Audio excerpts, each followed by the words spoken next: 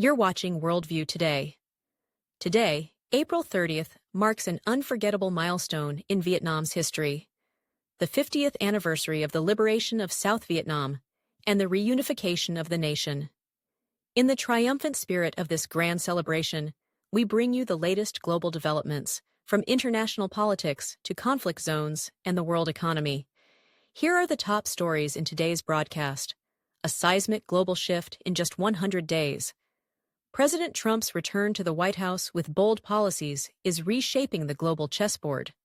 The first 100 days of the Trump administration are not a mere recap, but a warning of even more dramatic changes to come. Could the Gaza war end within a year? A stunning claim from a close aide to Prime Minister Netanyahu could signal a turning point for the region. For the first time, Chinese and Egyptian air forces conducted joint exercises over the desert skies. A seemingly minor move that has Washington on edge. And a child threatened with a water bottle for speaking Russian has sparked outrage, becoming a new weapon in the propaganda war between Moscow and Kyiv. Stay tuned for these stories and more. According to TASS, President Donald Trump described his first 100 days in his second term as historic in a statement posted on the social media platform Getter. Trump wrote, "We've surpassed every record set by previous administrations and will continue to recruit the most capable and dedicated patriots to lead this country into a golden era." A survey conducted by the NOS Research Center for the Associated Press from April 17th to April 21st found that 7 out of 10 Americans polled viewed Trump's performance positively during his first 100 days. However, a separate poll by IC News, The Washington Post, and eSports from April 18th to April 22nd recorded the lowest approval rating for a U.S. president at the 100-day mark in 80 years. In the Middle East, Israel's Minister of Strategic Affairs, Ron Dermer, for the first time set a timeline for ending the Gaza war, predicting the 7-front conflict with Hamas and Iran-backed forces will conclude within the next 12 months. Speaking at a Jewish news conference in Jerusalem, Dermer said Israel is in the final stages of the war, aiming for a decisive victory. He believes a clear win will encourage more Arab nations to sign peace agreements with Israel, particularly under President Trump's current term. Dermer emphasized that victory means not only defeating Hamas militarily, but also demilitarizing and de-radicalizing Palestinian society, citing Saudi Arabia as a model for moving away from extremism. Diplomatically, Dermer noted close coordination with the Trump administration, particularly on Iran's nuclear program, stating Trump's firm stance that Tehran will never possess nuclear weapons. However, Dermer's forecast faced criticism from Israel's opposition. Yair Lapid, leader of the Yesh Atid party and the opposition in Israel's parliament, warned that extending the war for another year could result in the deaths of all remaining hostages in Gaza. Lapid demanded clarity on who would govern Gaza post-war. Israel reports 59 hostages remain in captivity, with at least 35 confirmed dead. Ceasefire talks are stalled as Israel demands Hamas's dissolution, while Hamas seeks a comprehensive ceasefire. Israel's lead negotiator, Dermer, insisted the government will neither abandon the hostages to destroy Hamas nor halt the war to secure their release. Nick Asia reports that China and Egypt conducted their first joint air exercise, Civilization Eagle 2025, involving J-10 fighter jets, refueling aircraft, early warning planes, and helicopters. The drill aims to standardize tactics and enhance coordination between the two air forces. Held amid Middle East tensions and waning U.S. influence, China's defense ministry said the exercise, running through early May, will strengthen practical cooperation with Egypt. Analysts suggest Beijing is filling a power vacuum left by the U.S., particularly as President Trump pursues an America First policy and signals reduced Middle East engagement.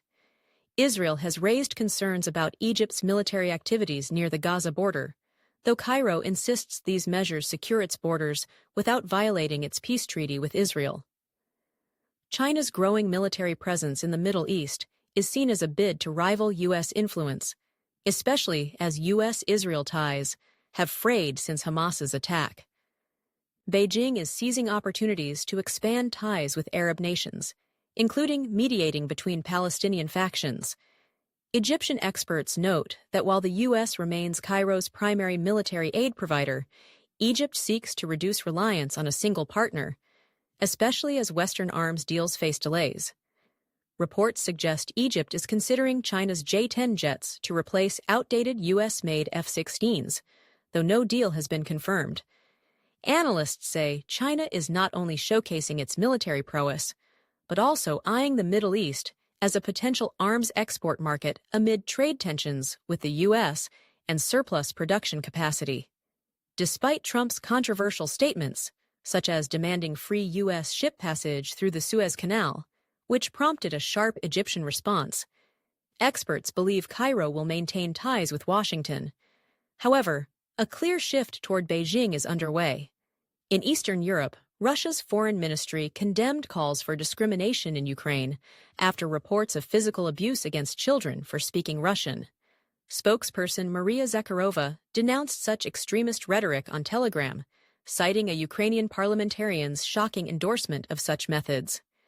Russia uses the term denazification to justify its military campaign in Ukraine, claiming it targets anti-Russian nationalism, though Ukraine and the West dismiss this as baseless propaganda. Ukrainian actor Bohdan Benyuk proposed harsh penalties for children using Russian, a stance Ukrainian media criticized as unconstitutional, given protections for Russian language use. Ukraine's parliament has acknowledged that banning Russian in schools would violate EU standards, which Kyiv aims to meet. Zakharova wrote on Telegram, "No soul should beat children with bottles, or even suggest preventing children of other ethnicities from speaking their native language. This is why Ukraine must be denazified." She also criticized Switzerland, a key supporter of Kyiv, questioning whether it would tolerate such rhetoric domestically. In Kashmir, families are rushing to bunkers to protect themselves from potential armed conflict between Pakistan and India. Since the Line of Control, LOC, was established in 1947, locals have lived in fear of being caught in crossfire. Many, especially parents, are anxious about their children's safety amid escalating tensions. In the village of Chakoti, near the LOC, around 30 bunkers serve a community of 60 families, built at a steep cost of 300,000 Pakistani rupees, about $1,000 USD, a significant sum for impoverished households. Typical bunkers are 2.5 meters deep, 3.5 meters wide, and 3.5 meters long, with wealthier families using concrete and others relying on earthen walls. Riaz Awan, a 51-year-old farmer, told AFP, while cleaning a bunker previously used to store straw, "We've endured cross-border gunfire before, a truly tough experience, and we don't want our children to suffer through it." Salma Bibi, a 40-year-old mother of 4, said, "Our biggest worry is our children's safety. They're our top priority. In 2017, they even fired directly at our roof. Last week, an attack by gunmen in Indian-controlled Kashmir killed 26 civilians, marking the deadliest assault on civilians in the Muslim-majority region in 25 years. India accused Pakistan of supporting cross-border terrorism, a claim Pakistan firmly denies. New Delhi and Islamabad have downgraded diplomatic ties, revoked visas, and closed main border crossings. Kashmir has been divided between India and Pakistan since their independence from British rule in 1947, with both claiming the entire region but controlling only parts. Insurgent groups have waged a rebellion in Indian-controlled Kashmir since 1989, seeking independence or merger with Pakistan. The LOC, lined with mountains and valleys, hosts tens of thousands of troops, with some outposts just meters apart. Pakistani authorities say 1.5 million residents along the LOC rely on public and makeshift bunkers to survive prolonged unrest. Coming up, more headlines. Trump's first 100 days shake Asia. U.S. tanks stuck in Australia. Wild geese invade Canada's defense ministry. Why Trump can't push Apple out of China. And a massive 800-year-old coral reef discovered in the Red Sea. Stay with us. Returning to Trump's first 100 days, President Trump has sent shockwaves across Asia with policies reversing traditional U.S. approaches, tightening immigration, imposing global tariffs, withdrawing from conflicts in Ukraine and the Middle East, and taking a hardline stance on China. Here are 4 key shocks for Asia. Comprehensive tariff war. Trump introduced 3 tariff types: 25% national security tariffs on steel, aluminum, autos, and potentially chips and pharmaceuticals. A 10% baseline tariff to boost revenue, raising consumer prices, and retaliatory tariffs targeting countries with trade surpluses, with China facing up to 145% tariffs without the 90-day exemptions granted to others. Japan, South Korea, and ASEAN are negotiating exemptions. Isolationist foreign policy. Trump prioritizes troop withdrawals and reduced global engagement. After meeting far-right figures, he sacked hawkish advisors, signaling the dominance of restraint advocates. The Indo-Pacific strategy remains unclear, hinging on China's response. Unprecedented immigration crackdown. The administration issued 175 immigration orders, deporting thousands, including undocumented Asians. Legal international students face investigations and arbitrary visa revocations. While some have won court battles to stay, the environment is increasingly hostile, threatening U.S. dominance in global education. Tech and supply chain disruptions. The tech industry faces heavy pressure. U.S. biotech stocks lost $2.5 trillion. Tesla, boycotted in China, saw shares drop 30%. Apple, Nvidia, and TSMC are investing in the U.S. to dodge tariffs. Tariffs on China and Vietnam are reshaping supply chains but causing investment slowdowns and short-term supply shortages. On the global conflict front, every nation joining NATO automatically becomes a target for Russia's armed forces, including potential retaliatory strikes, even nuclear measures, said Dmitry Medvedev, deputy chairman of Russia's Security Council, during an educational talk. He argued that neutrality once gave Finland and Sweden international advantages, but their NATO membership makes them adversaries, inherently targets for Russia's military, including nuclear deterrence under its doctrine. Medvedev questioned what NATO membership gained these nations, calling it political gamesmanship that worsened their security. According to Kyiv Independent, the transfer of 49 M1A1 Abrams tanks from Australia to Ukraine has been delayed due to U.S. objections. Australia pledged the tanks as part of an aid package in October 2024, but U.S. approval is pending, possibly due to Trump's early 2025 pause on Ukraine aid. Some officials worry the tanks may be ineffective in trench warfare or complicate peace talks. Australia's Defence Ministry insists the tanks will be delivered in 2025 and is working with Ukraine to finalize logistics. In Canada, the re-election of Prime Minister Justin Trudeau has not only marked a political turning point, but also revitalized ties with Europe. Amid global volatility and rising isolationism, Trudeau's pro-EU stance and globalist commitments raise hopes for a stronger Western alliance. A new Ottawa-Brussels partnership could reshape Canada's role in the post-crisis international system. Analysts Katarina Stridiska and Leslie Benos, writing for The Conversation, note that Trudeau's moderate, EU-friendly approach is key to restoring stability and trust with European partners. Canada and the EU share deep economic and strategic ties in trade, climate, and defense, expected to expand under Trudeau via the Comprehensive Economic and Trade Agreement, CTA, which has boosted bilateral trade by 65%. On climate, Trudeau aligns with the EU's focus on green technology to combat climate change. Canada has strongly supported Ukraine since Russia's invasion and pledged to meet NATO's 2% GDP defense spending target. Analysts say Trudeau's pragmatic liberalism will align Canada closer with Europe, potentially redefining the Western order amid U.S. America First policies. In other Canadian news, the Defence Ministry issued a warning to staff at its Ottawa headquarters as the area is overrun by aggressive native geese during nesting season. Canada geese, the largest in North America, measure 90 110 centimeters long, with a 140-180 centimeter wingspan, and can weigh up to 5 kilograms. According to the Ottawa Citizen, a memo on April 28 advised military and civilian personnel not to feed or touch the geese, as this could provoke attacks. At the ministry's Colonel-by-Drive headquarters, staff are urged to stay calm, avoid panicking, and slowly back away from aggressive geese without turning their backs, maintaining eye contact.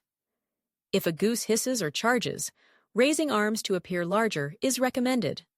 The ministry cannot confirm the number of geese at the headquarters, located near Ottawa's Greenbelt. Geese are protected, preventing relocation once they nest.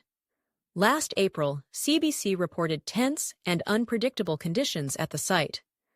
The Toronto Wildlife Centre notes geese often nest in urban areas, fiercely defending their nests, sometimes in unexpected spots like rooftops or planters, making their aggression hard to predict.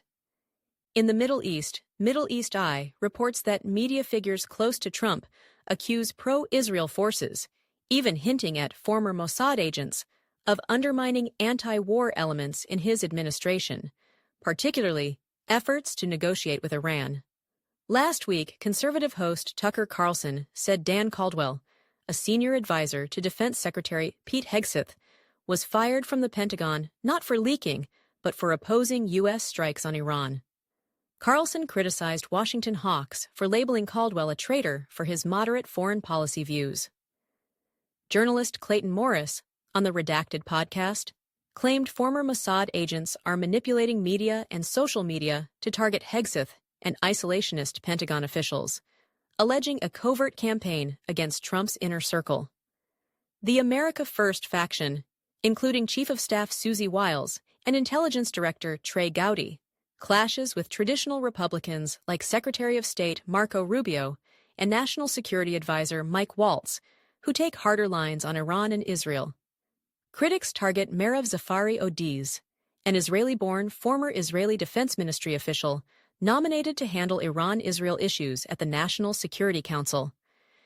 This rift reflects a broader Republican shift, with growing skepticism of Israel, especially among young conservatives. An April 2025 Pew survey found 53% of Americans view Israel negatively, up from 42% in 2022. Trump is balancing a tough but non-military foreign policy with Iran nuclear talks, claiming a deal is near after secret Oman discussions. Syria received significant aid from Saudi Arabia and Qatar to settle a $15 million debt to the World Bank. Syria's foreign ministry thanked both nations for their practical support, reflecting Arab solidarity. The move eases Syria's economic burden and opens doors for greater international cooperation, aiding recovery and reconstruction. Syria emphasized that Arab unity is key to addressing current challenges and vowed to strengthen ties with Qatar and Saudi Arabia to promote regional stability. Back in the U.S., despite Trump's calls for Apple to shift iPhone production from China to the U.S., experts say this is nearly impossible due to complex global supply chains and high costs. In 2013, Motorola failed to produce smartphones in the U.S. due to inefficiencies. Trump's dream of U.S.-made iPhones may face the same fate, with estimates suggesting a fully U.S.-assembled iPhone could cost $3,500. Here's why. Global supply chains. iPhones comprise 2,700 components from 187 suppliers across 28 countries, with under 5% made in the U.S. Most come from China, Taiwan, South Korea, and Japan. Assembly and testing cost $10 per iPhone in China. In the U.S., costs would skyrocket, disrupting Apple's profit model. Specialized technology. Processes like CNC aluminum cutting rely on China's decades-long ecosystem, which Apple cannot replicate in the U.S. labor force. China offers hundreds of thousands of workers for large-scale assembly. The U.S. lacks engineers and workers willing to perform repetitive tasks for low wages. Policy instability. U.S. political shifts deter long-term investment. Apple needs decade-long certainty, not short-term plans. Instead of the U.S., Apple is shifting production to India, where costs are lower and supply chains are developing. However, rare earth metals like lanthanum and dysprosium, critical for batteries and screens, are 70% controlled by China, posing a strategic challenge. In a letter to the Wikimedia Foundation, D.C. Attorney General Brian Schwalb, a Trump ally, argued Wikipedia fails nonprofit standards by allowing information manipulation and rewriting history to favor U.S. interests. He demanded explanations by May 15th, criticizing Wikimedia's mostly foreign leadership. This is part of Trump's broader campaign against perceived left-leaning media and academic platforms. A Manhattan Institute report claimed Wikipedia shows mild to moderate left-wing bias in depicting U.S. public figures. Wikimedia rejected the allegations, stating its content comes from thousands of global volunteers for neutral, accurate information, not propaganda. Experts warn this could be an attempt to weaponize law against independent information sources. Elsewhere, power has been restored across much of Spain and Portugal after a severe outage, though authorities are still investigating the cause.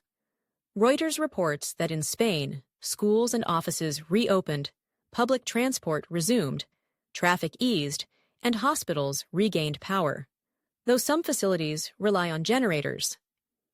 Spain's grid operator, Red Electrica, restored nearly all national power by April 29th morning, while Portugal's REN reactivated all 89 substations.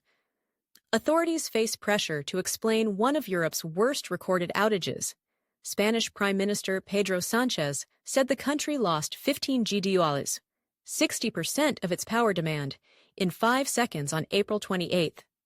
Spain, a leader in wind and solar energy, now faces debates over whether reliance on renewables made its grid vulnerable.